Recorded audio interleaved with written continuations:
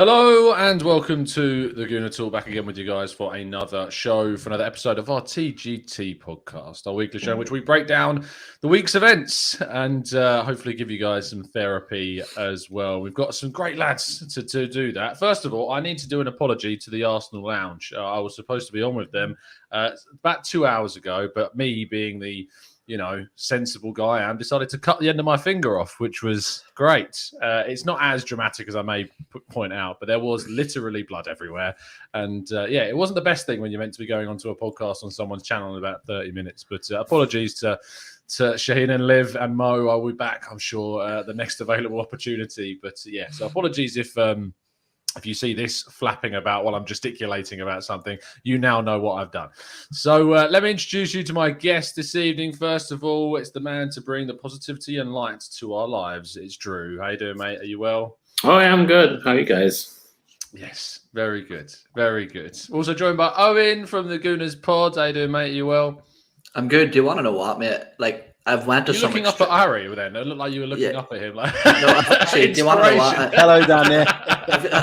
Cheers, Harry. I've got my Thierry Henry painting up here. But anyway, I know I've done some extreme things in the past to get out of doing podcasts, but I've never actually detached parts of my own body to free up some time. So fair play to you. You deserve the break. You were enlightening me that James McNicholas Gunner blog has also hurt his own finger. So maybe it's a theme. It's very much a theme that's appearing. Harry, what appendage are you planning on cutting off to improve Arsenal's fortunes? Well, I think I'm going to wear gloves around the house to protect my finger for the next few days. I'm not protecting anything. I've been having it from all angles the last few days, so I'm ready for it. Bring it on. We're going to get into some of kind of the social aspects of the breakdown of yesterday's game. But just before we do, I want to get your thoughts and feelings and raw reactions to the result. Drew, we'll start with you. How did you feel after a game in which we expected very little and got very little, but still felt pretty damn hurt afterwards? Are you sure you want to start with me? You're making this conscious decision. Absolutely. Okay. Absolutely. No, it's fine because I kind of feel like there aren't many people that I know that walked into that fixture expecting a win. And maybe that's the synopsis of where we are at the minute. We can't look at any big six side or a rival at the moment and think that we can go and get a result, even at home. And I think that's where a lot of the prevailing frustration comes from. But for the match in general, I feel like, without trying to sound like an echo chamber, I feel like we're gonna have the same gripes, aren't we? Tactics were wrong. It's not even about the 11. It's the best 11 you could field given the issues, with who's available, who's not, COVID concerns, whatever it might be. But I kind of feel like, for me, we've had success in the past against Chelsea with trying to match with three at the back, being a bit more direct, trying to really hit them at pace. But it just kind of feels like the more and more deeper we get into the Arteta project, kind of feels like we still don't have the definitive remit for him. I struggle to see what we're about still. And that's kind of damning for me. It's been, 20 months in. I still don't know how we're supposed to be playing. And I feel like a lot of the players, and I'm not trying to speak out of turn, but I feel like what turn is there? I mean, that's true too. But if you look at a lot of the players, they also just seem like the shape is there, but they don't know what to do in that shape. And that, to me, is really frustrating, because it means that things just aren't getting through. And that comes back down to the fact that, what are we? What are we on the pitch? It's not even about the identity off the pitch. For me right now, the big concern is, what are we on it? And I think by now we need to be seeing at least some hallmarks of that, and we don't. And I think the result, I'm not upset. I think, look at our betting league at TGT. How many of us had Lukaku get in the opener, for example? How many of us had us losing? I think all of us had us losing. And I think you get points for that, by the way. Just the result. Do you get points for the result? You get it's the result, the score, the first score. There's a whole bunch of it. But sweet. But yeah, but I got the result. but everybody knew. Everyone knew Lukaku was going to score. Everyone knew we had no answer for that. But I feel like maybe we would have been that much more confident with a back three, maybe.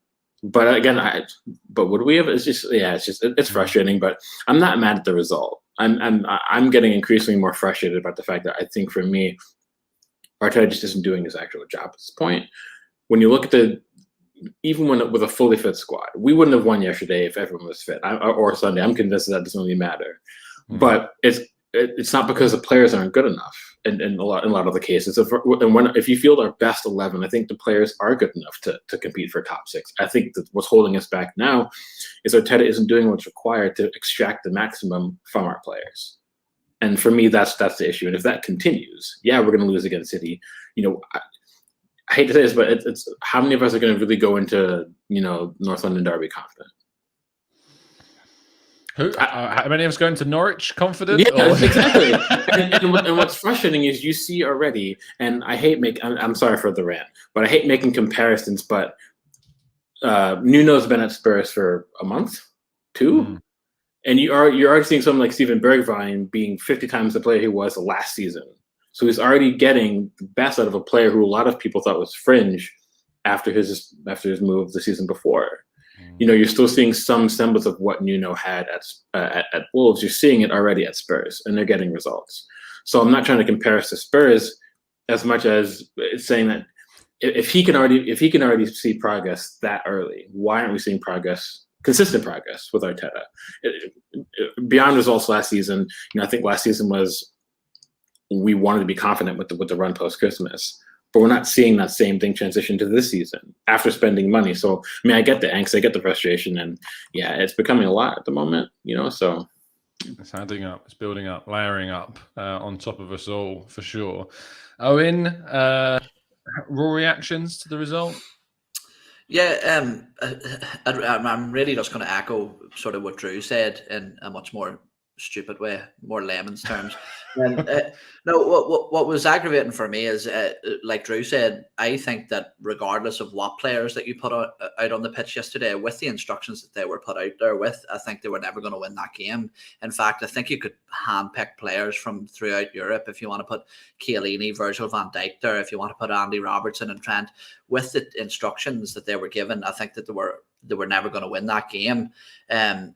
To me, this game was won and lost on the wings, and it's funny because that's somewhere that we tend to direct a lot of our play is towards the wings, with Bukayo Saka, Kieran Tierney, even Granit Xhaka being able to drop in there, but we were absolutely dismantled in those avenues. For me, Kieran Tierney, I think, got a little bit of stick online in terms of that not being his best performance, but for me, he seemed to be carrying out a lot of instructions. He was very, very high, pushed very, very high up the pitch, and then he was just constantly recovering to try and get back.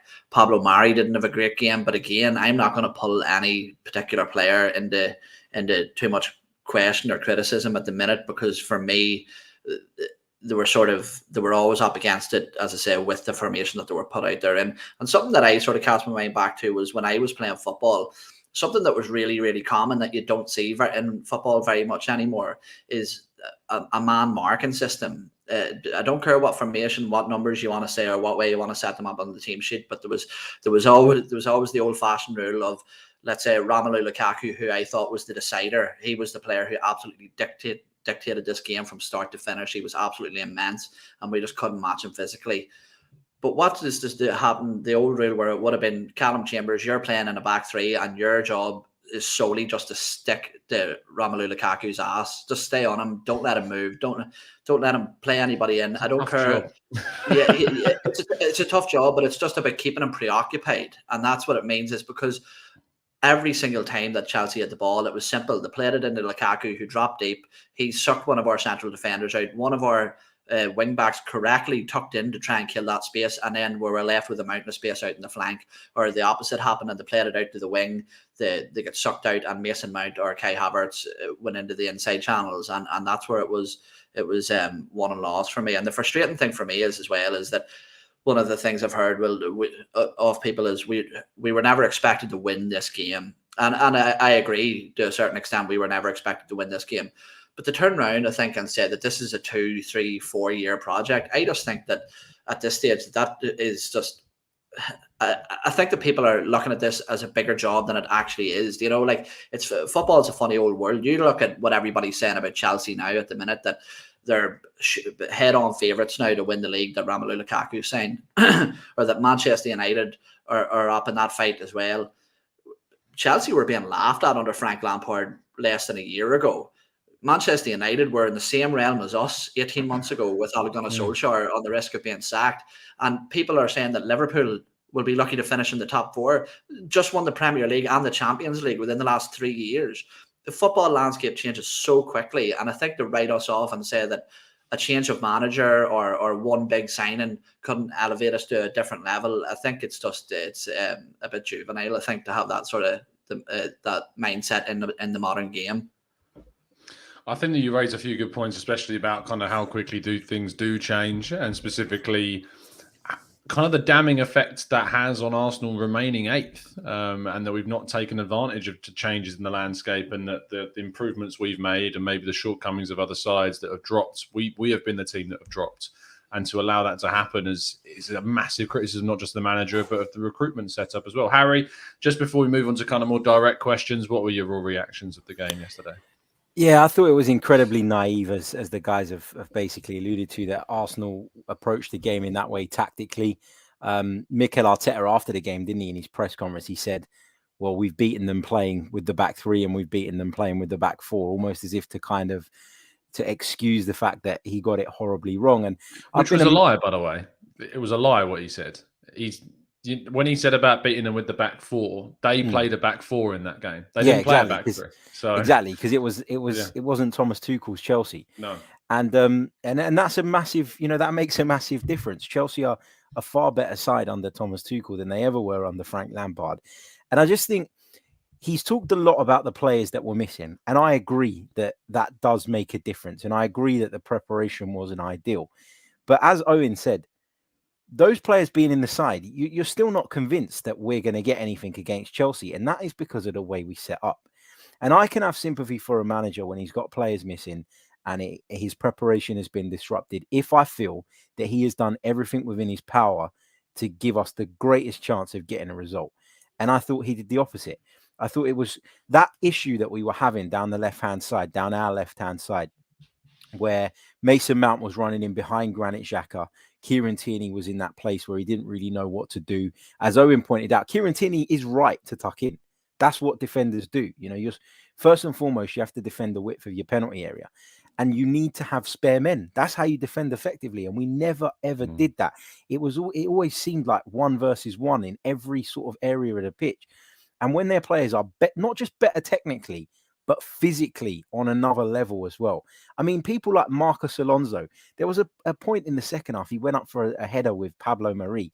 And you're looking and you're saying, if our centre-half cannot win a header against Marcus Alonso, the left wing-back, what chance does he have against Romelu Lukaku? And there was just mismatches all over the park. And as I said, I just don't feel that Mikel did everything within his power to give us the greatest chance of getting a result. It is frustrating. It is disappointing. I understand why Arsenal fans are upset. But the toxicity that comes off the back of this is what really bothers me, actually more than what I've seen on the pitch. Because I think that when that carries on week after week after week, the atmosphere around the club becomes one it's really difficult to be productive within. You've got Granit Xhaka coming out and talking about people wanting to kill the players, I think was the term he used in an interview that he gave after yesterday's game. And if the players are feeling that way, then how are we helping them as a fan base? I was actually pleasantly surprised, to be fair, with the fans inside the stadium yesterday. I know there's been a lot of talk about the few boos there were at halftime and stuff, but for the most part, I thought everybody was behind the team and tried to lift the team again in the second half, which was a positive. But raw reaction is that it's disappointing, but this was not the game that was going to define our season. Neither will the game at City be that. But that reaction is coming. That we don't have a chance really of going and winning at Etihad, but that off the back of that, this pressure is going to mount even more and the toxicity is going to increase even further. And that's probably the biggest concern for me.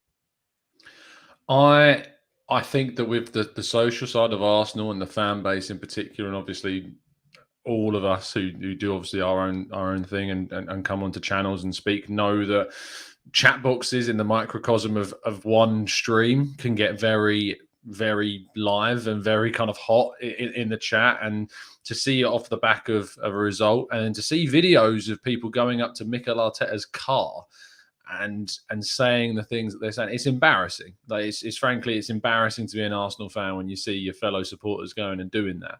And the easy response would be to go, oh, well, they're not really Arsenal fans. But unfortunately, they are. they do pull on the same shirt as we do.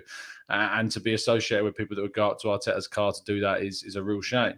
Drew, the name of today's show was How Can Arsenal Recover? And that comes across in a lot of different ways. And it's a very broad question because it's also about how do we move ahead into the game against Manchester City. I'm well aware that we got a League Cup game before that, but obviously the league is very much the priority for us because it's the only priority really that we have without European football. But I think the question also does delve into how do we as a fan base recover? And I do want to tackle this social side of things. How do you, what needs to change? Well, how do we change? Is it possible to change what we're seeing and what Harry's alluding to there about the reaction of fans after games like we saw yesterday?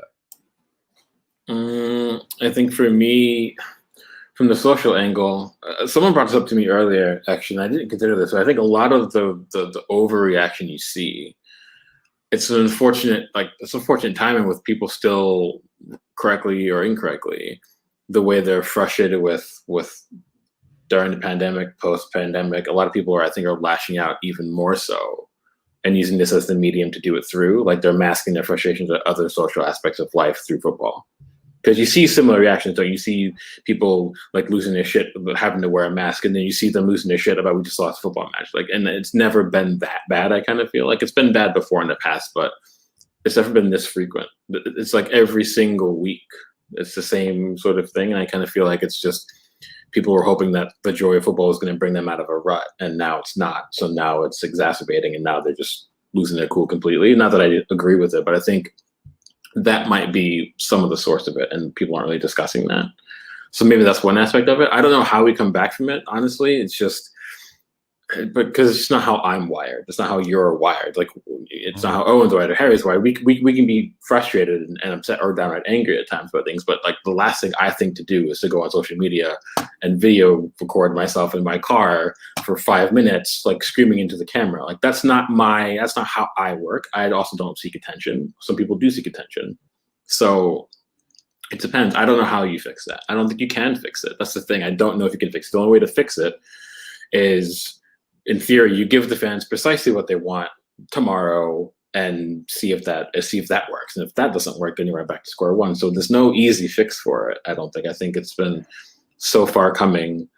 I think people got their hopes up that with Wenger leaving and the new ownership, or not ownership, the new regime, like under Eddie and Arteta, that was going to work. And now that it hasn't really worked, I think people are equally frustrated because of that. It's just kind of like they throw their hands up like, well, what am I supposed to do next kind of thing. So as for the club, how that can be fixed, I feel like it's a whole separate question, and we should move on to after the social question, because like that's a whole other side of the debate. We're not.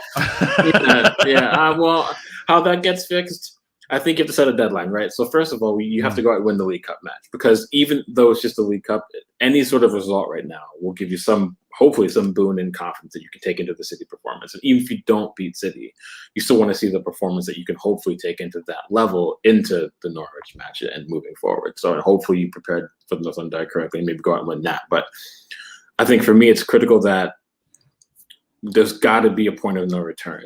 I think that's part of what might help people. You have to draw a line and say, not necessarily publicly, but hopefully there's a line that's in this end that says, if things don't improve by this time, we have to make a change. And it sucks that it might have to be Arteta getting into the axe, but like stuff like this can't continue until the next Christmas period again. 2 years of that is a lot. It's a lot to ask from the fans, from the players, and also probably from the manager as well. So that might help. But other than that, it's hard to say what the answer is really. Oh, and there was a comment from Glenn in the chat who says it's absolutely wrong and unacceptable. But I think people get more aggressive when they feel they aren't being listened to, and the hopeless feeling of seeing the owner and the manager making mistakes. And I understand the point and the sentiment, but I was at the ground before the game yesterday where fans had an opportunity to voice their concerns towards the ownership, and 30 people turned up. And then I would estimate, and Harry was in the ground, so you have to tell me if I'm wrong, but several thousand people at full time booed the performance. So I don't see. I see a contradiction there. If people aren't happy, then why aren't they organising and sorting out a genuine kind of riposte to what's going on, rather than just being sitting there and happy in your seat until full time, when actually then you want to show your displeasure. Well, it's something that I've mentioned on the pod before, and that's that the Twitter football community isn't reflective of the actual football community that you see on a day-to-day basis. Like, for example, the Arsenal fans that I would have a beer with down in the pub on match day are completely different to a lot of the Arsenal fans that I interact with. That's not us, by the way. You should see Owen's real friends. They're weird. Yeah, they are strange. So, mutated inbred Irish people. But anyway, yeah.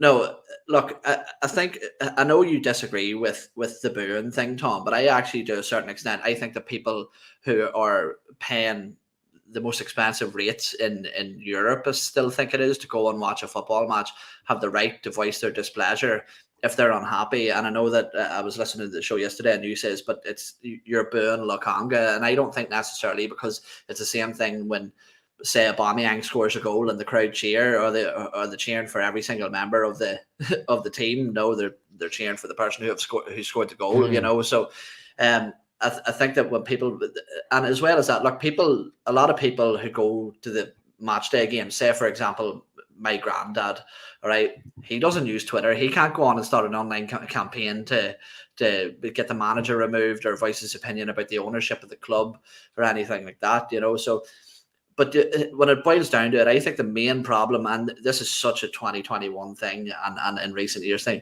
is just online virtue signaling. People love to crave attention. People love the mob mentality. People love to feel as if they're included in some sort of righteous group that knows all and the right way to do things. And unfortunately, when it comes to crunch time, like you said, of actually going out and having boots on the ground and standing in the pissing rain down on a Saturday afternoon down in at the Emirates, people don't want to do that. You know, people don't want to do that. But for me, I seen a comment in the chat earlier when we're talking about, I know that we're probably going to go into more of this later on, but in terms of how we move forward and what you were asking, Drew, for me, it's at the point now where the blame for me doesn't lie with Arteta anymore. Very much like my mindset was with Unai Emery. I think Mikel Arteta has shown to be too inexperienced for the task at hand, and I think that it's now down to the Cronkies to act, and that we shouldn't be casting our blame on Mikel Arteta, because as I've said before, I like him as a person. I think he has the right idea. I think he's got good intentions at his heart, and that he's trying to do the right thing. I just don't think he has the abilities or the skill set to do that yet. And for me, I always use the analogy of, if I hired a painter and decorator to come in and paint my whole house, and after the first room it looked like an absolute nightmare, whose fault is it if I tell him to crack on and paint the other 6 or 7 rooms? You know, it's not the painter and decorator's fault, it's my fault. And that's the thing with the Cronkies now. They're saying this, and if they want to win over fan support, I'd say it's relatively in favour now of maybe moving on Mikel Arteta. This is how they do it. You know, they don't need to go out and spend massive amounts of money. They just need to be decisive in the right way. And in terms of the biggest counter argument to that is, who do we get in? Well, look, that's not my job. That's why I'm sitting on a podcast. That's why I find leaks for a living. That's it. You know, that's not my job to go and find somebody to manage Arsenal Football Club. That's their job. So, you know, just because we don't have a candidate directly in sight, that doesn't justify the reason for keeping Mikel Arteta in his current position. Yeah, the analogy is perfect. It is. I think people will struggle with it though, because I think people will think that it's, at the end of the day, the manager is responsible for the team selections and stuff. And if there's kind of that, the results are not you. I know what you're saying in a secondary sense. The results are down, of course, to the Cronkies and their ownership and the way that we've gone through. But the team selection is obviously down to Arteta, and it's a lot easier to replace a manager than it is to replace the ownership of the club. And people might be very much of the mind of going, look, whatever we do, the Cronkies are going nowhere. But if we put enough pressure on the manager's situation and hope that we're heard and that it's a negative enough that it's having kind of a detrimental impact on the look of the club, then maybe that would change things, if that makes sense. Harry, what do you think about this whole discussion? I'm a little bit with Owen on the booing thing. Like, I don't agree necessarily with booing the team. I don't think it helps. I haven't really got an issue with people making their feelings known at the end of the game if we didn't play well and we lost and whatever. I think that as a fan who's attended the game, I think you've got that right. And like Owen said, there are loads of people that don't go on Twitter, that don't do this and don't do that. And so that's their way of getting that message across. What I have an issue with is that the way society has gone now is and football, especially in terms of social media and YouTube and everything, we've made stars out of people that lose their shit for nothing. And that's the big problem that we've got, because every teenager now, you see that they want to get their phone out and they want to video. I know themselves exactly who you're talking about. shouting and running. I mean, it's mad. It's honestly mad. Like Eddie Nketiah, when I was walking to the ground yesterday, Eddie Nketiah drove up the road and he was about to go under the tunnel just after the Tollington to go into the players' car park. And a load of kids, he stopped so they could move the barrier to let him through. And a load of like teenagers, I'm not saying all teenagers are like this, obviously, but a load of teenagers gathered around his car. I mean, they all gathered around his car, okay? And a couple of them were really polite at the beginning because I was standing right there and they said, "Oh, Eddie, do you mind if we get a selfie? Do you mind if we get a selfie, whatever?" And then you got these other kids who've got their phones and they're pointing them at them and they're going, "Eddie, are you going to Crystal Palace?" Eddie, it's like they're trying to capture something. They're trying to capture something with the sole intent of getting it online and getting clout that way. That is what people want to do now. It's all about winning friends and trying to make your profile big online. And I know that might sound a bit rich coming from people that do YouTube, but like we do it because we genuinely love the club and we do it because we want to talk about the club. We don't do it, and I know you don't, Tom. We don't do it because we want to get as many followers as we possibly can. You know, if that comes with your content, great. It means you're doing a good job. But some of these people, it's their sole intent is to make a splash online. And a lot of them see the quick route into doing that by being overly outraged, overreacting to every single situation and every single scenario. And for me, that is just, it's horrible. It's just horrible to see. Like I've got, you know, family that are younger than me that I see doing exactly the same thing. Videoing yourself, like that guy that's videoed himself screaming in the car after what is that about? Like, someone needs to call a doctor on him. Honestly, like that's madness. That is not normal, and that is all fake. Not normal, no. Because he's seen other people elevate to fame and success by doing that, and that's where it comes from, unfortunately. No, that video of I've seen him before. I've seen some of his things that he's done before. It's not the first time, and they do go viral, unfortunately. And it's what annoys me most is that obviously he's wearing the Arsenal badge on his chest, and it's representative of what I pull onto my chest when I go to watch the Arsenal. And it's become, I mean, when I use this analogy all the time, that when I was at school, it used to be like Arsenal fans, Man United fans, whatever, not Chelsea fans, they didn't exist when I was back at school, but more Man United and Arsenal and Liverpool, that you would be talking about the football. You'd be like having debates about, you know, the players on the pitch, who was better, Henry or Van Nistelrooy. And then now it's who's got the more embarrassing fan base, and it's always Arsenal that comes out on top every single time. And that's what I feel like. And when I watch Harry's show and I watch the Chronicles, it's very clear that the communities that watch our two channels are thankfully very much more down to earth, and you guys definitely kind of get it, and so do the guests that we bring onto the channel. So we're very thankful for that. But it is just, I can't stand it. It's so irritating to see kind of the badge that you wear tarnished in that way, and I don't even get the point. Like fame is a really weird thing to talk about in isolation. Like, I don't know what you think that comes with that. Like, people coming up to you and saying, "Oh, I saw that video you did. You look like a right moron." Like, what are you gonna get from that? It's so strange. So yeah, it's a weird complex. I do disagree with you both though on the booing thing. For me, and I talked about this in yesterday's show. I find booing really weird. I find it really strange. I feel like, and I tweeted, like, why are people booing Lokonga? And the response was, well, we wasn't booing Lokonga. We were booing the performance, and we weren't happy and wanted to show our displeasure. And I was like, right, but Lokonga was part of that performance, and he had an excellent display, and you booed the team, and therefore you booed Lokonga.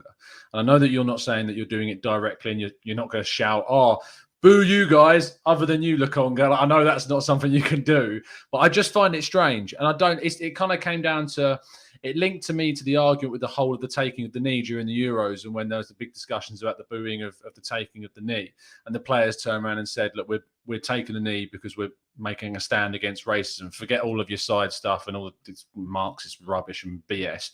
Like, we're doing this because we are making a stand against racism. And so if you're booing the message that we're putting across, which is that racism is wrong and we're fighting for equality, you're booing that message. And it's the same thing for me here, in the sense that if you're booing the team, you're booing everything about what you've seen there. And for me, that's Lukonga's performance, which was great. And that's why I struggle with it. I feel free to come back at me, either of you two, on this, because I don't want to close the floor to a retort. So go on, Owen. No, not at all.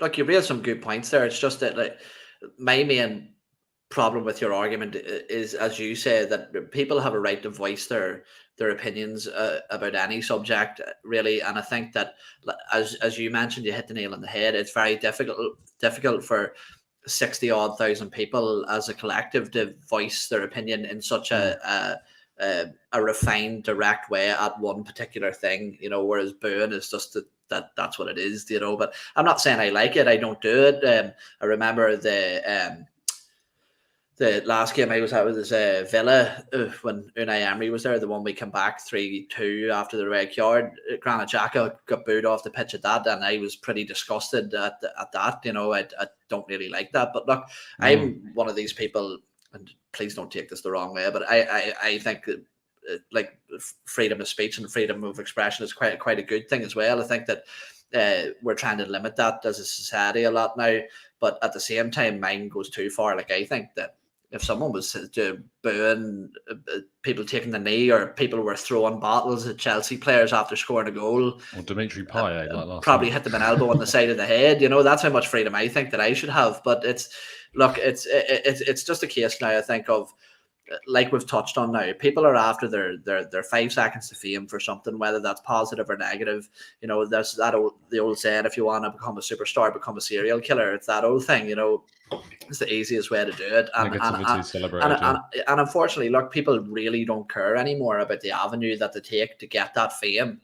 And unfortunately, it's ingrained into our society. And I'm not going to mention names, but we see with certain YouTube channels of different different clubs throughout the Premier League and everywhere else, that unfortunately it's the negativity and overreaction that gets the hits, get the views. Do you know what I mean? And I'm sure, especially for someone like YouTube wise, who puts so much work into certain videos, it can be quite frustrating when there's really, really digestible, informative information put out in your videos, yet some moron screaming in his car about something maybe gets 5, 6, 7 times the amount of views, and that's just the way it is now. People go on looking for something negative. People don't want positivity. People don't want information. They just want drama. I don't really have an issue with it if it's genuine. Like, if you feel that way and you want to boo because you're that annoyed about how the teams perform. Like, my dad is a prime example of this. Yeah, my dad will moan during a football match. Yeah, like, he'll be in the Emirates and he'll be moaning. Okay, but my dad doesn't give. Is your dad Drew? but he doesn't care about Twitter. He doesn't care about Facebook. He doesn't put anything on Instagram. It is because that's how he feels at the time. And I haven't got an issue with that. What I've got an issue with is people doing it because it's fashionable, and people ranting about things they're not even, they might be upset about it, but they're nowhere near as upset as they're trying to portray. And that's what annoys me. It's this fake outrage thing that everybody seems to want to do. Yeah. And it just does my head in. Like, why would you want to be more unhappy than you already are? I don't get it. So real fast, I think, I get what you're saying. For me, I think it's the social aspect of everything. So there was just this video I saw this morning of this one guy whose seat was not far from where Edu was. And so the person started recording him right before he got up. So it was planned. He got up, he walked over to Edu, and then started gesticulating towards Edu. Oh, yeah. So that this was like a pre-planned thing. He was like, "Get your phone out. I'm going to go do this with Edu." So it wasn't spontaneous. It was because, again, they're hoping that it goes viral, that you get some sort of social interaction out of it. And for me, that to me is frustrating. I do think voicing your displeasure is normal as a fan of any sport. But for me, when I look at it how I do it, like no matter what sport event I go to, I don't boo. But that's also because, so I take both points. Like I think what Tom is saying is you can't, I kind of rationalize things. It's like, well, if whatever team I'm supporting there loses, then it's bad. I don't just sit there and boo for 6 minutes afterwards. I'll get up and leave. And then on the way out, usually the people that I'm with, we'll talk about it. We'll say, well, this was the bright spot. But then we'll talk about what didn't work. We don't just sit there and boo the collective, because I do think sometimes people have to understand that sometimes players do take that personally a little bit. It's like if half the team performed, half the team didn't, but you still got smashed 3-0. The players that feel like they performed well, if they feel like they're still getting booed, sometimes players will feel like that whatever they do is never enough. That is actually a thing. And that's kind of the drawback of that as well. So, but I take both points. I don't think you should be censored.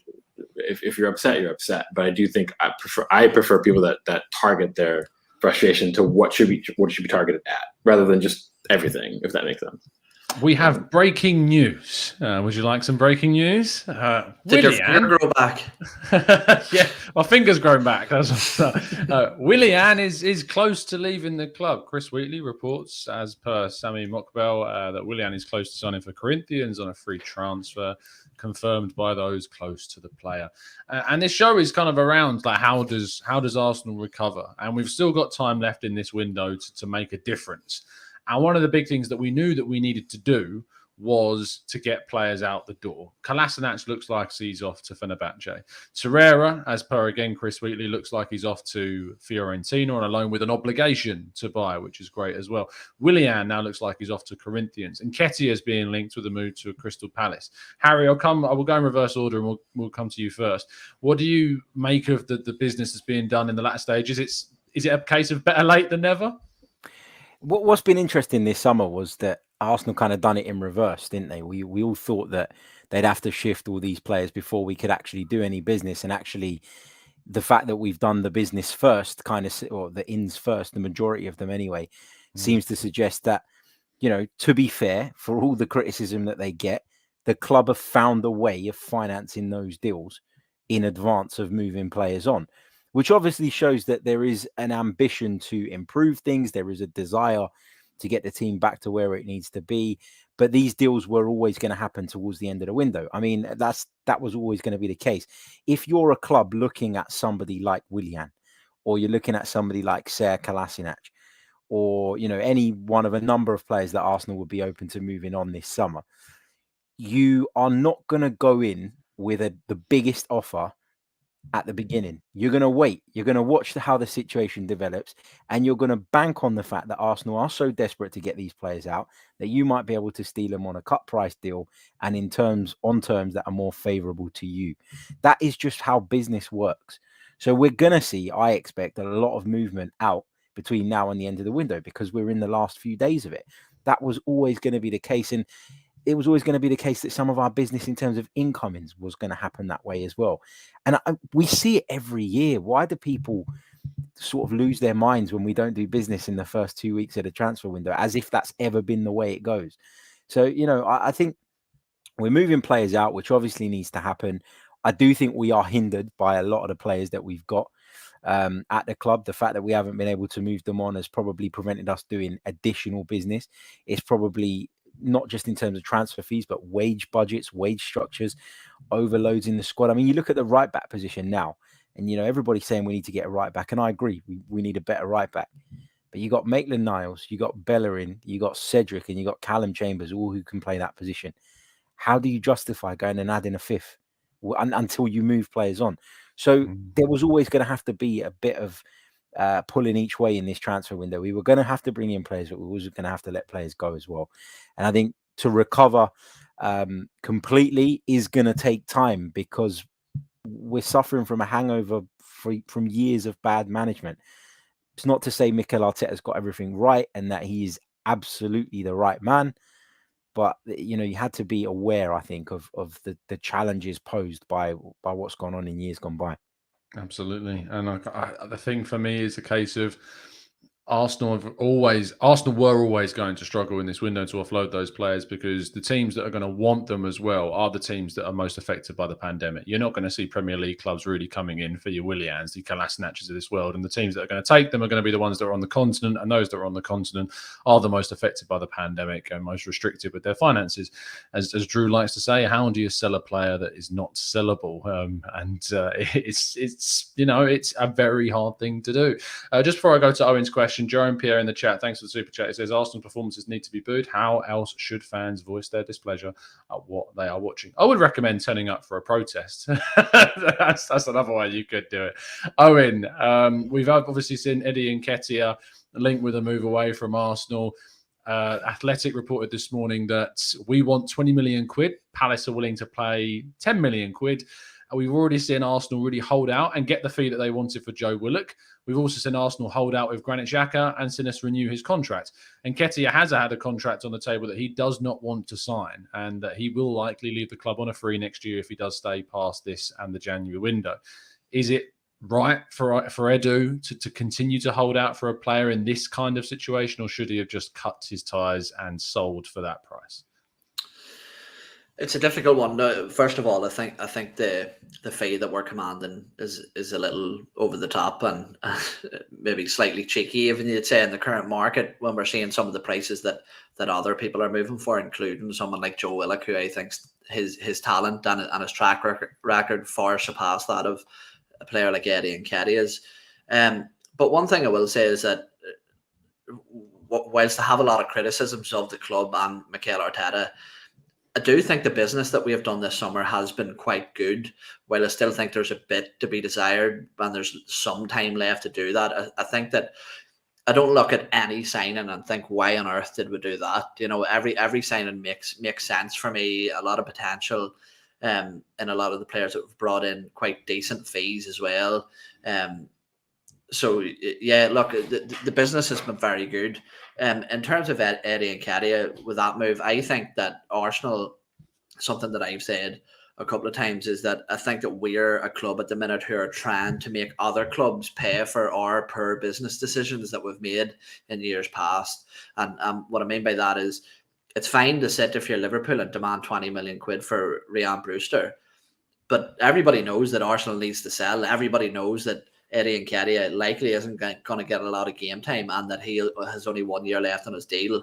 And I think that if you're talking about a game of chicken, you know, somebody pulling out first, I think that we're probably in the weaker position of the two in regards to Arsenal and Crystal Palace. But look, with the whole transfer window thing, I remember, and I know I'm going off on a slight tangent here, but you said your hot take for this summer was that Mikel Arteta would remain at the club regardless of what decision. What I'm interested in is that Mikel Arteta and Edu seem to be like this Laurel and Hardy partnership of, you know, they're thick as thieves and they come as a bunch. But for me, it's funny, within business is everybody's backed until they're not backed, if you know what I mean. So let's say, for example, 10 games in, results aren't going the way of Arsenal or Arteta, and the board pulls them into a meeting and they say, well, is it your business decisions in terms of our incomings that aren't working out, or is it your tactics that you're deploying that aren't working out? To watch the two of them turn on each other. And for me, maybe a question to throw back to you boys is, from where you're sitting and where you think the Cronkies are sitting, who do you think that they would back if that sort of head-to-head ever came? Arteta's much more easily replaced, I think, than Edu. So yeah, I think it would probably fall to him of the two. And he's less experienced, and they've got a good excuse, because it's clear that a large majority of the fan base would happily see Arteta gone now, I think. So I think it would certainly fall down that route. I don't think they'd have any issue getting rid of him. I just don't think that there's what's the word I'm looking for, kind of a pressure from then to move him on. And I still feel like they'll feel like they've invested a lot of money and that this is a long-term thing. It's not going to happen in the time that it's taken. And still, you look at that, say, 18-plus month period, I still think that they look at that as still very much short-term, Harry. Who should come in, though? I genuinely want to know Conte. That's the thing, isn't it? That's Graham the Potter. That's the thing. Antonio Conte would not last 5 minutes with the Cronkies. Honestly, he wouldn't. Like he is a. You want him though? Like you're desperate for him. I love him. I love him. I Yeah. think that pound for pound, he's the best manager in Europe at the moment. Not just because of what he achieves, but the speed at which he turns teams around. He took Inter in his first year from being way off the pace to pretty much, well, they finished a point behind Juve. And then in the second season, they won the league. So he closes the gap and he turns things around really, really quickly. But why would he take the job? Why would he take the job? That is what I struggle to get my head around. So it's all good about people talking about the problems all the time. What are the solutions? I want to hear solutions. I don't want to hear problems all the time because we all know what the problems are and we can see them. Who comes in now that is attainable and fixes what is going on at Arsenal today? I would love to see some suggestions in the chat box, guys. So for Harry's question, who would you bring in that you genuinely believe would change things? I'm seeing a lot of shouts for Graham Potter. I'm trying not to put another knife into the massive gash in my finger. But Drew, have you got any suggestions for me? Who would turn this around? This chat box was saying I was looking pissed. The question we had was, how can Arsenal recover? And a lot of people replied saying, sack the manager. That's a very, very representative thing. Which is okay. I mean, if that's what they want, it's not that I'm necessarily against that at this point. I feel like that's what I was talking about, the line in the sand before. Like they're oh Christ. Anyway, moving on. Okay, so for me, I hate you. For me, yeah, if you're gonna go and get a new manager, first of all, you have to identify one that has experience, or at least more experience than Arteta has. I mean, that's kind of the first aspect of it. But it's a challenge to find someone with less. Well, true, but for me, the key is if we've been endeavoring on what we're currently doing now. Clearly, if you look at the transfer business we've had, all the players we've brought in this summer were 23 years or younger. So it needs to be a manager that wants to come in and have a long-term project, a long-term scope to the project. It can't just be they're going to come in, they're going to bend the entire thing and demand $300 million to go out and buy 5 established 27-year-olds and win the league next year. That can't be the type of manager you're going to want. That's why I don't want Conte. I just feel like I agree with Harry that I think he's an exceptional manager. I just don't think he fits what the club are, and that's a bit Clive. That's great suggestion. Employ Clive. That'll work. So I think that for me is the issue with Conte. I think if we were Chelsea without Tuchel, then Conte would make more sense, or United, that kind of thing. But we're not. So you have to look at what we are and who fits it. So for me, I hate to break it to you, but I actually would take Graham Potter, and it's not because I feel like he's some.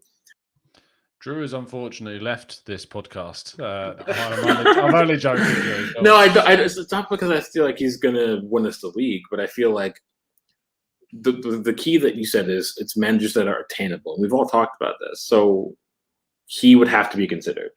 And unfortunately for fans, I think they have to be realistic about the kind of managers that are attainable right now, or not the kind of managers that they're going to want. Like Conte has no reason to come here. Harry's absolutely correct on it. I agree. How many times have we linked with Allegri? Get Allegri. Why would Allegri come here? Another case in point. So you would have to assume that Potter would, or someone like Hasenhüttl would, or something like that. It's not going to be this massive, glamorous knight in shining armor riding over the hill to save you. It's not going to be that way. It's going to be someone that has to suit a longer term vision, who is willing to work with youth, who is willing to rely on the academy still, who doesn't need an excess of money to sort of fix the issues. The issues aren't the players. We've said that. The players are now, all the key places are in place. It's a matter of fixing tactically now what we're doing, the identity of the club on the pitch and off it as well. So if you can find a man that can do that, then I think you're better off than trying to find a quick fix solution that may or may not work, and that's going to cost you an enormous amount of money to bring in, or even sack then if that doesn't work. So yeah, I don't have names. It's just we're in a really tricky position at the minute, and that's part of the problem. Where bringing Arteta was a high risk, high reward. Where if it worked out, you're laughing, but if it didn't, you're not in a position that we're potentially currently in, and it may have been a gamble that might bite us in the ass in the end. So. It's one thing that frustrates me is when we get into this discussion is people literally just throw a name in without any prior kind of, like I see people in the chat have put the Lille manager. Now people who know Gaultier just went to Nice, so he's automatically right. So the Lille manager is currently a man that's got 1 draw and 2 losses in his 3 games as manager, Jocelyn Gourvenec. So if you want to bring in Jocelyn Gourvenec, I mean, I don't think I would, but it's just. That's what frustrates me sometimes about these discussions is that it's just a lack of like Eric Ten Hag comes up, and I know, Drew, you watch a lot of Dutch football. Would Eric Ten Hag be a good choice? I don't know enough to have a judgment about that. I feel like people look at how Ajax did 2 years ago in Champions League as like the end all be all. This is what we could be under Ten Hag, but you have to forget that Ajax can literally play at 50% capacity domestically and prepare to focus on Champions League. Arsenal aren't in a position to do that. I think.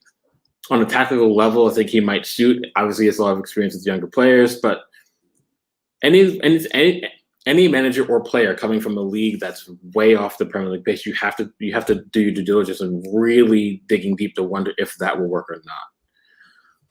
A lot of people called for who else has been recent? I forget some of the names, like a Van Bommel or Van Bronckhorst, those kind of managers. Yeah, they had success in the Netherlands, but it's easy to have success in the Netherlands when you're at the top, one of the top 2 clubs in the Netherlands that are expected. You're going to finish first or second every season if you're Ajax or PSV. That's it. Period. It's a matter of, and you know that.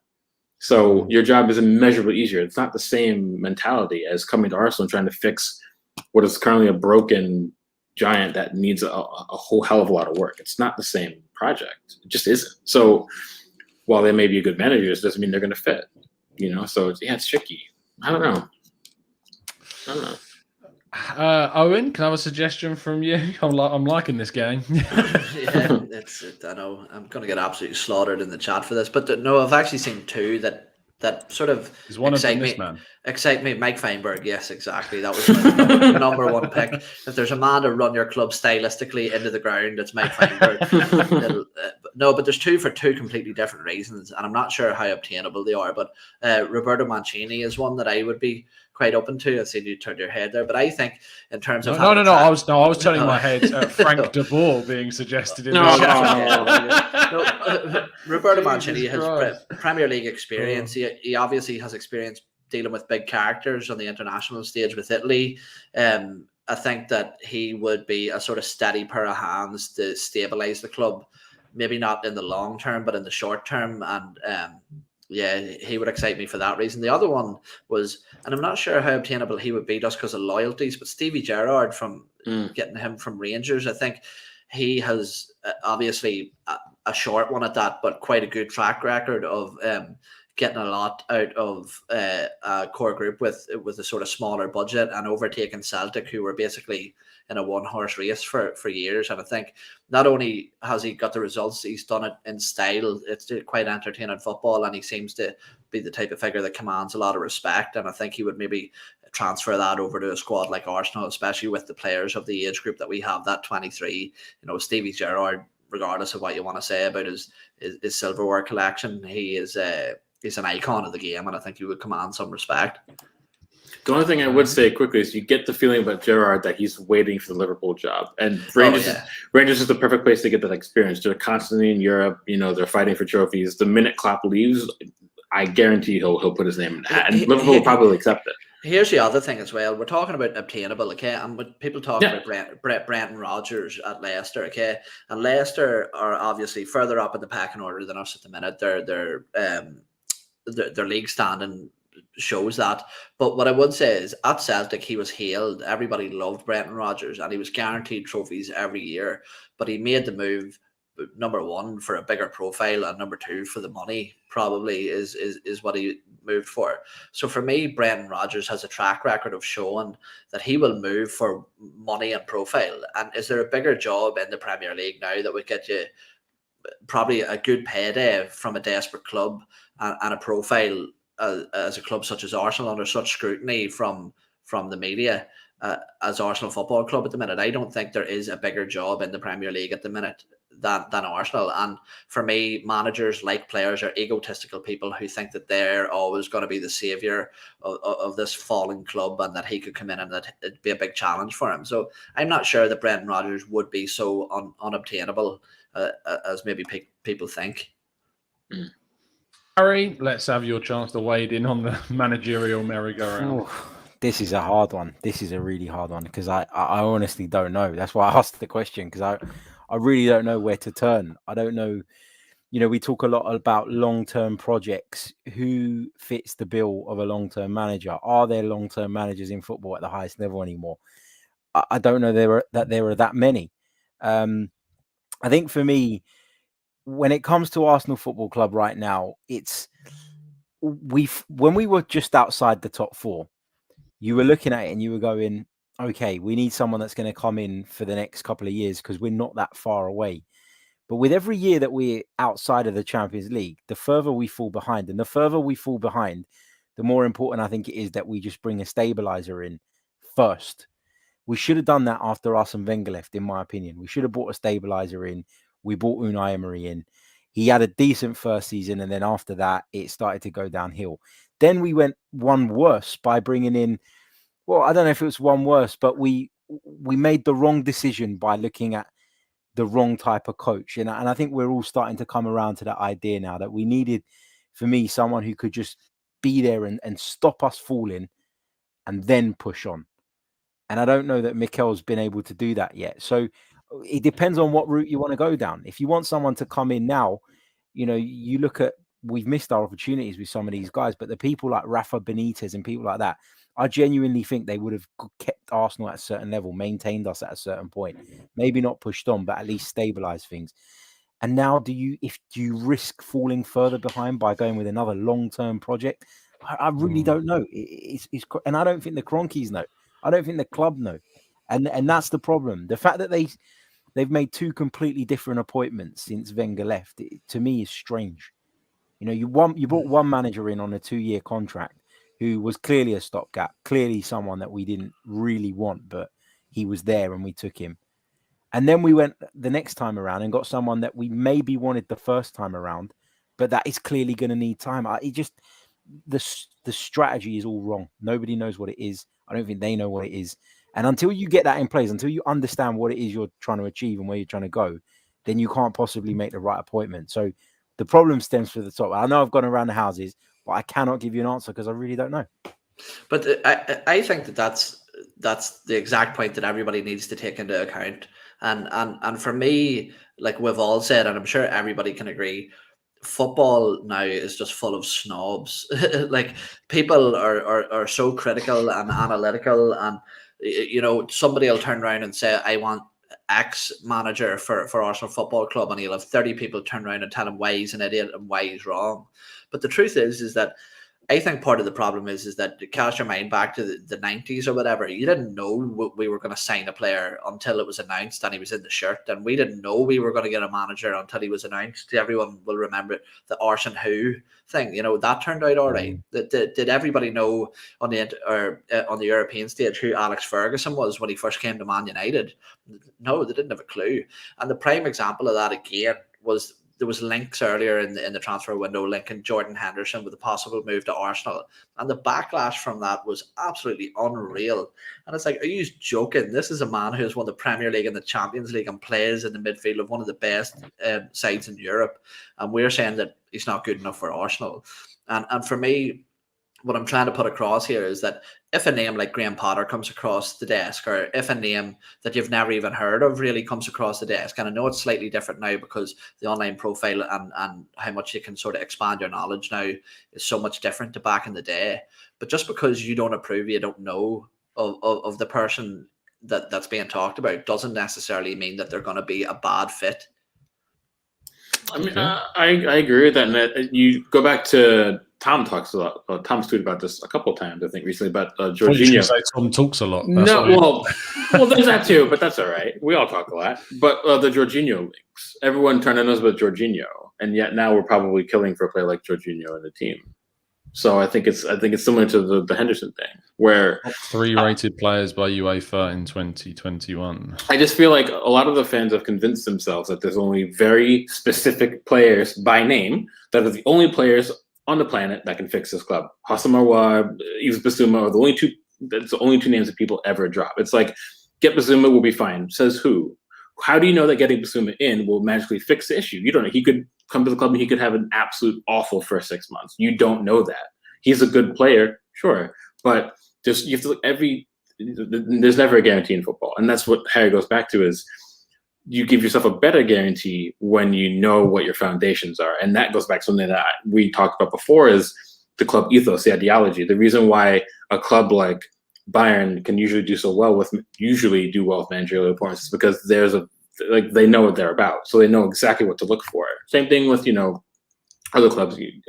I don't know, and I think that's where we're struggling right now at the minute. And for what it's worth, I kind of feel like, and I agree with Owen what he said before, is that comes back to the ownership, and by extension, Edu, and then by extension, Arteta.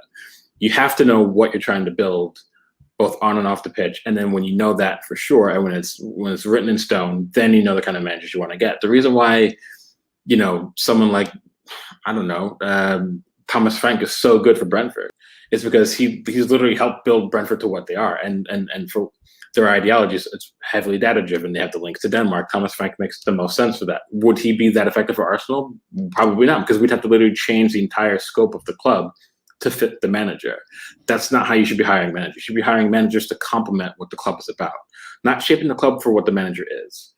So, and that's why the revolving door at Ajax, Ajax has been an institution since the 60s. It's been the same institution since the 60s. So when you bring in a manager that suits that institution, you have continued success. So until we get that framework at the club, we're always going to be asking ourselves what manager fits best. We or even players as well. We just don't. It's hard to say we're going to know or not know. And I think for me, that's the biggest issue with the club. Period. With both appointments at the top and when it comes to player deals, it's just everything's kind of a mess. And for me, that's what's holding us back more than anything, really. So it's hard to talk about. Yeah, at the end of the day, I still don't see I don't see him going anywhere. I don't see Arteta being sacked whatsoever. And my hot take, Owen, very much still stays as is right now. We've got about 20-30 minutes left of the video, so we are going to be going into the chat box and going through as many of your questions. There are quite a few, boys, so if we can keep our answers relatively condensed, that would be appreciated, so we can get through quite a few. Harry, we'll start with you. Alex McCarthy says, I keep hearing that any new manager would need funds. I personally don't think they would need much. Look at the squad they have to inherit, maybe 2 or 3 extra players which haven't been addressed. What are your thoughts? I don't think they'd need crazy money, but what I've been a little bit frustrated by with the transfer window, and why I do think that we probably a new manager would still need to spend money to improve the team, is because we seem to buy lots of players that are okay, are good, but we don't have game changers. We don't, like, if you think back, the last 2 game changers that we had at the football club were Alexis Sanchez and Mesut Ozil before he went downhill. But since then, we've never bought those kind of players in. We've never had those world-class stars. We've never had a Robin van Persie, a Cesc Fabregas. We've gone away from that, and we've got players that are okay, and they're at the level below. And I believe that rather than signing 5 or 6 players, you should sign 2 world-class players can transform your team. And we don't seem to want to do that. We seem to feel like we're spreading ourselves too thin with our transfer budget. 120 million. You could have gone and got 2 world-class players, and I believe that would have had more impact than going and getting, a centre-back, a right-back, a left-back, a goalkeeper, a number 10. I genuinely do believe that. So I do think a new manager that comes in, if they were trying to take Arsenal to that next level, would need to be able to break the bank and get a couple of players of that ilk, because we're missing that spark. We've got players that will perform 2 out of 6 weeks, but they won't do it 4 out of 6 weeks, and that's where we're at. Tariq Talks, who's one of our brand new members, says, why is the lineup of the podcast stronger than the Arsenal first team? Thanks, mate. Much appreciated. Owen Zamir says, what level do you put on Mikel Arteta on? Is he really on par with all the other managers that we've mentioned? Is he better than any of those managers? Look, the one thing I'll give Mikel Arteta credit for is his ideology coming in, this thing of culture. It was quite good initially when he did first come in, and there was a bit of resilience around the Arsenal camp for the first time in years. But you'd have to say, in terms of producing a style and producing results, and not only that, I think where he lacks in mostly is his adaptability, his willingness to change in the moment and make snappy decisions, which is something that's really needed in football. You know, some of the best managers in history, that's what they really shone at, was making quite good, quick thinking decisions during games, and he really struggles with that. So for me, this is going to maybe sound quite harsh. I think that Mikel Arteta would probably be that sort of mid-table championship level manager team right now. That's not to say he's not a very, very good coach, but in terms of his day-to-day running, we're not talking about a coach anymore or a head coach. He's a manager. And if you're asking me how good of a manager he is, he's not a Premier League level manager for me just yet. That's not to say he won't be in the future, but right now I think he's proven himself to be slightly lacking in experience. Drew, Thibaut Pest says, is Willian the worst transfer in Arsenal's history? It's funny, given the course of his career, you would just hope it would have worked out, but it's kind of hard to argue that it hasn't been. He's done absolutely nothing since he's been here, given the wages, given the fact that we literally kind of just did Chelsea a favor in a way. It's hard to argue. Like, I would say, did you see that he likes their posts? I did see that, and yeah. I kind of just laughed because I'd rather just laugh than be angry. So for me, I kind of feel like at the bare minimum, you have to say it's top 3, top 5 easily. At a push, you could probably argue it's the first one. It's definitely up there. It's the case where I sat here in 2020 and was like, I can really see a lot of, I can see why we're doing this. I can see why we're bringing Willian. And I sat here so unashamedly confident that this was a Buddy, I wrote 2 articles about this. How do you think I feel? Documented in ink. So yes, it's like I'm on video. Yeah, it's awful. It's awful, and you just have to just move on. So bad. When you mentioned Jorginho earlier, I was looking down some old videos, and there's a video of me being like really criticising the link to Jorginho, and that's why I tweeted out the other day. Saying, I used the word "we were so dismissive" because I was so dismissive of it. And I watched that video back going, Jorginho, are you mad? Oh, how things change. Let's find another question. Oliver says, Harry, to survive and thrive means to adapt. This notion of having a long-term manager can't cut it. Nowadays, max 3 years and managers move on. Bring Conte, win the league, and let him leave. I agree with that, but that approach is only sustainable success with that approach is only sustainable if you're going to keep throwing mega millions at the transfer window.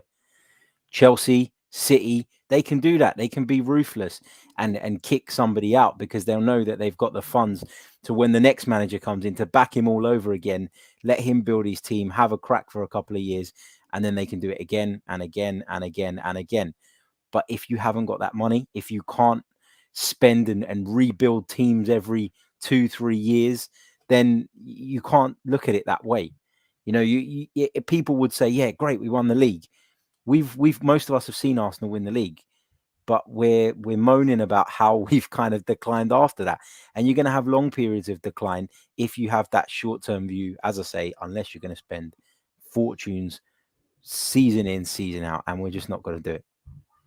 Yeah, a really nice comment actually from Keyfield, who says, Thomas is a great show, as you know, and a regular of yours and Harry's show as well, and I'm really enjoying this show and the great guests. So as a fan, I could see a fix being Basuma, Max Aarons, Aouar, and White. Of course, we've already got White in. If we were to sign Basuma, Aarons, and Aouar, I mean, I'd be over the moon if that was the end of our window. I mean, Basuma and Aarons, I'd be over the moon with at the end of the window. But throw that Aouar in there. What ends the window that would be? Owen Jashar says, the Xhaka renewal really complicates everything he is. He's not a DM. But while he's here, we won't sign a DM like a Basuma, which we really need to elevate the midfield engine room. What are your thoughts? Absolutely, and before we go on to that, I find something really, really funny. If you ever wanted to see how apparent it is, the cowardism of Arsenal Football Club, it's the fact that they still haven't announced that Granit Xhaka has signed that contract. Like, that is absolutely insane. Like, I love how they even know, you know, like there's 3 media guys, IT dudes sitting there being like, should we release this? They're pulling straws to who tweets it. That's what they're doing. It's ridiculous. But yeah, no, look, and I think that you mentioned this. I think the big argument is that Granit Xhaka isn't going to stay here and be a squad player. He'll want to be a mainstay. And he signed a contract. It doesn't matter what happens now. Tell him whatever you need to tell him to get him to sign on the dotted line to keep our reserves sort of well stocked, and then go out and get someone like a Yves Bissouma, which I think is an absolute crime. I know we talk about, and Drew makes a really, really valid point of that there is more than just one player out there, but the fact that this is a player who has put himself out in Arsenal kit and Arsenal merchandise, and he's liking Pepe's stuff. He's basically thrown himself at Arsenal Football Club and has quite a low valuation for a player of his quality. And Arsenal have failed to went and get the most gettable target, yet they went and spent weeks and weeks and weeks on Manuel Locatelli, trying to convince a player who had no desire to come here whatsoever.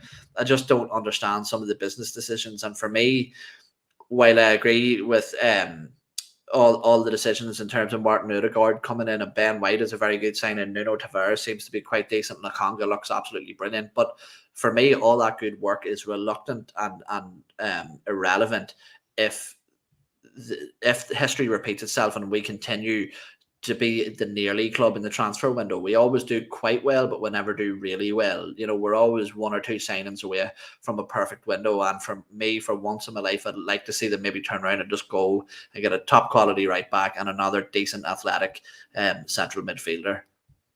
So I agree with both you and Harry, because Harry kicked off at the point of, you know, we've talked about for years about we're 1 or 2 signings away and those signings haven't materialized, or it was only just one of them or half of one.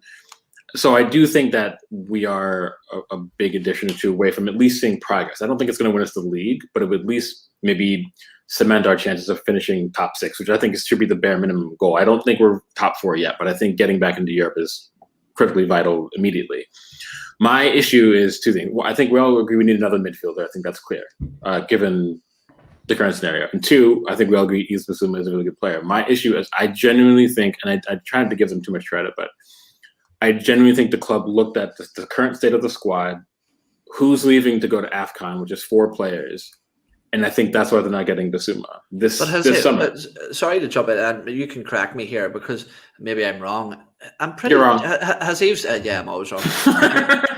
Has Yves Bissouma even featured for? Is it Mali? He plays 2018. So 2 months ago, I forget who posted it. It was either Wheatley or Ornstein that the Mali Football Federation was sitting down with Bissouma and looking to get him back into the team, specifically starting for AFCON. And if that's been public, then I think that does play. I think because if you think about it, it's not just like, yeah, AFCON is what, 4 or 6 weeks you're missing, you know, but it's not just the fact that you're missing 4 to 6 weeks. It's you're having 5 first-team players gone for 4 to 6 weeks. It's the potential injury issues around those 5 to 6 players. It's the money spent on Bissouma. And then it's also, we don't know what's going on with COVID. We've already seen that players go away for international duty and COVID becomes a problem while they're gone or when they come back. So I think the club doesn't want to make that investment this summer. If Bissouma is available next summer, I would not be shocked if we bought him next summer. I think there's genuine interest from his camp. I think you could look at him and say, arguably, you could argue that we're not going to be worse with him in the team, obviously. But I think that could be the issue. And also, for better or worse, I just kind of feel like he's too similar to Partey and Nakanga. You're going to have 3 midfield players that are very similar profile, none of which are really deeper creative players. And if you're looking at for what Arteta wants, you need a deeper creative player. If Arteta's not here... Look, in the wise words of Jeremy Clarkson, if you're ever in doubt, more power. Yeah, well, for you English folks. I mean, you're not necessarily wrong, but I just kind of feel like there's a lot of mitigating circumstances as to why the club looked at it and didn't do a deal. I don't think anyone can say that you can't look at him and say he's a good player. But I feel like if a club doesn't move for a player, it doesn't mean the club thinks the player is poor. It could just mean that they don't want to. Risk management is a part of squad building. If you think the risk management of getting Bissouma this summer is too great, they won't do it. It doesn't mean they don't think he's good. It just means that maybe they don't want to take another big risk. In a season where big risks could have really, really shitty consequences if things don't come off right. considering we really need to be getting into Europe next season. If another season out of Europe, and I don't know what the hell's going to happen. So, yeah. Just one quick point on all that. I feel like with some of the players that we've currently got at the club, and this is why I'm a bit confused about this whole Bissouma thing. With some of the players that we've got at the club, that, you know, Aubameyang's a prime example of this, of a player that when Mikel Arteta came in and was playing in a certain way, he was thriving. And then the kind of evolution of the side in terms of the way we play has led to a place where Aubameyang is not firing on all cylinders. Obviously, some of that is down to him as well. But I don't think we're getting the most out of him. But we've already committed to giving him that mega contract. And then taking it back to the midfield, you're looking at Granit Xhaka, and I don't know what you guys think about this, but I feel like in the first 2 games of the season, he has been asked to press much higher up the pitch than he has done throughout last season, when he was probably at his best in an Arsenal shirt. So surely if you've kept Granit Xhaka and you've given him that contract, then why would it now make sense to keep him in the team and play in a way that doesn't suit him? And I feel like these are the kind of mistakes that are coming from inexperience, where we're hanging our hats on players, but not taking into account the direction where we want the team to go, and the fact that that direction is the opposite direction to where that player is. And this is one of the big problems that we've got right now. And Bissouma, I've never been one of these guys that's screaming from the rooftops for Bissouma every single week. I think he's a good player, but I don't get why Arsenal fans make him out to be Patrick Vieira. But I just find it weird that we've stuck with Xhaka, and now it feels like the remit for what our midfield is supposed to do is different, and it's different in a way that doesn't suit Xhaka. And it's happened with a few players now. It's baffling. Well, I mean, I remember with Lucas Torreira under Unai Emery, where we just absolutely shoved him into like the number 10 role practically, just the mismanagement of him. And the thing about Arteta is that I don't see the style. I don't know if the players understand the style. I understand the theory behind pushing up your deep players to try and win the ball as high up the pitch as possible, to get an earlier turnover in play and to make a counter-attack more dangerous. But Xhaka's not going to give you that. Xhaka's tackling stats aren't the best anyway. Like, so. It's funny, isn't it? Because like we all thought Granit Xhaka was away, and it's like, you know, like when one of your best mates is going through like a breakup, and you're telling your best mate, we didn't really like her anyway. She was a bit of a melt, you know, not too fond of her. A bit of a melt. I've never described a friend's ex-girlfriend as a bit of a melt. No, but you're trying to help them, man. And then they get back together a week later, and you're like, oh no, Jesus, man, the stuff we said about it's really awkward now. And that's what we're like with Xhaka at the minute. We thought we were getting changed. We thought we were getting an upgrade, and now all of a sudden our best mate's back with the axe, and we've said a bunch of horrible stuff, and now we have to live with Granit Xhaka for the next 3 years. I was like me when I went back on a Burkout Wonderland after like 3 years. Let's go like one more round of questions. Who am I even at? I've lost count. Am I Owen? Are we at you, Owen? I think we might be. Fuaban says, don't you think Arteta has seriously devalued the squad? As Harry said, if we had got 2 good players and raised their value again to sell better. Yeah, slightly. I think that is the case. I think that Harry actually hit the nail on the head quite well earlier on, and it's that as much as Arteta devalues a lot of our players, I think that our fan base massively overhype, and now take this with a pinch of salt. I'm not going in on any players in particular, but when you look at the statistical output of a player like Emile Smith-Rowe, or the statistical output of a player like Bukayo Saka or Balogun or Martinelli or whoever it is, they're nowhere near the level of those, you know, good to top level performers in the Premier League. And what I think, I do to a certain extent agree that stats aren't everything, but you can't have 11 of those guys in your team. You can have 1 or 2, you know, that dictate tempo or that bring something different, like a Jordan Henderson, for example. Maybe not the biggest statistical output you'll ever see, but dictates a game quite well. But when we're talking about the devaluing of the squad, I think that the treatment of some players will have devalued them. Like someone like, for example, Cedric, you know, that can't be good. Although he's quite an unvaluable asset as it is, him being thrown in and out of the team consistently for big patches and small patches, it doesn't do well for raising its financial value. I also think as well that is quite like Eddie and Nketiah too. I think that if the club were looking to sell him. He was performing quite well in pre-season. Maybe they should have given him a chance at the start of the season with a bigger stage. So I think the club overall, as we've mentioned unanimously, I think we can all agree that Arsenal as a football club are relatively poor in conducting their business. Even now, whilst we have improved in comparison to some of the other teams like Leicester or Villa or Liverpool or anybody else, we're still relatively poor when it comes to conducting our business. Balaji says, Drew, with Willian, and I asked you a Willian question early on, but it's different. Why do you think, rather, with kind of a wide player going, this means that Arsenal could dip into the window for a wide player either now or January? I mean, maybe, I think it's clear that Nelson's future at the club is in question at minimum. And I don't think we should be using Oba on the wing, so that kind of just relegates him to one of the three center forwards. So you could argue, or if we do, we might even just sell one or both of Oba or Lockett, depending. But yeah, I think I would be shocked if we don't go for a winger. But who knows? You know what I mean? But I feel like we have more pressing concerns. In the season where we don't have to constantly rotate. We don't have to go for a winger. I think we should go for one maybe next summer.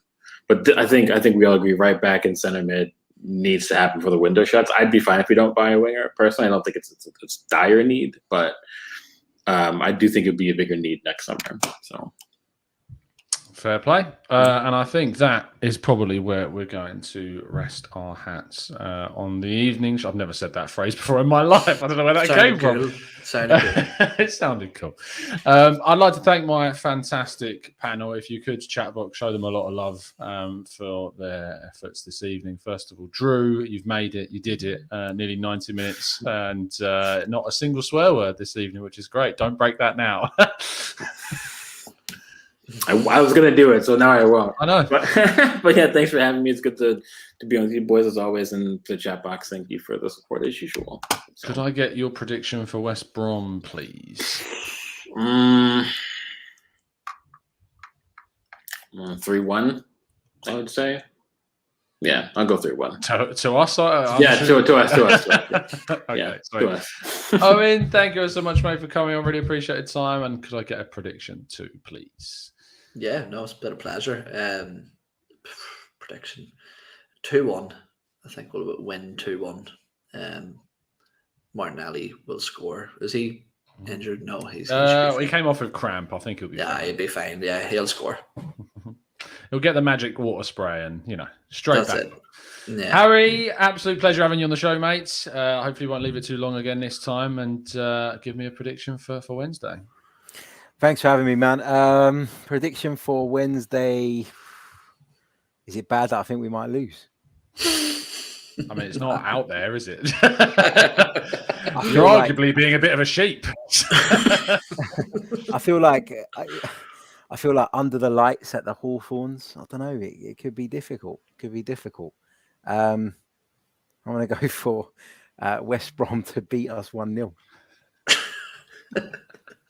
Oh, God. I'm going to go for a 2-2 draw and we'll win on pens. That's what's up. That's just as bad as Harry's prediction, really. We should be winning by full time. I know. I was considering doing a watch along as well, and I was like, do we want to sit through that? The one game I'm not working for the game, and I'm like, I was like, do I do a watch along? Do I want to watch just lose on penalties to West Brom? That might be what happens. But thank you, Chatbox, for coming in this evening. Really appreciate you tuning in whilst Leicester are getting absolutely ruined after their red cards. 2-0 down to West Ham at the moment. But thank you for tuning in. Please do drop a like on the video and subscribe. You can follow Harry on Twitter at Harry Symeou. You can find Owen at Owen Young AFC, and you can find Drew somewhere else. You can find him at Logic Lara on Twitter as well. You can follow us at the Gooner Talk TV or at Tom Cantor Media to find myself and check out some of the good stuff that's been going on at Football London. You can find Harry stuff at 90 Min, Drew stuff with Yama, I'm sure, and Owen stuff on some podcast with a guy called Mike who thinks he could run the show better than me. So we will see you very, very soon. And as always, up the Arsenal.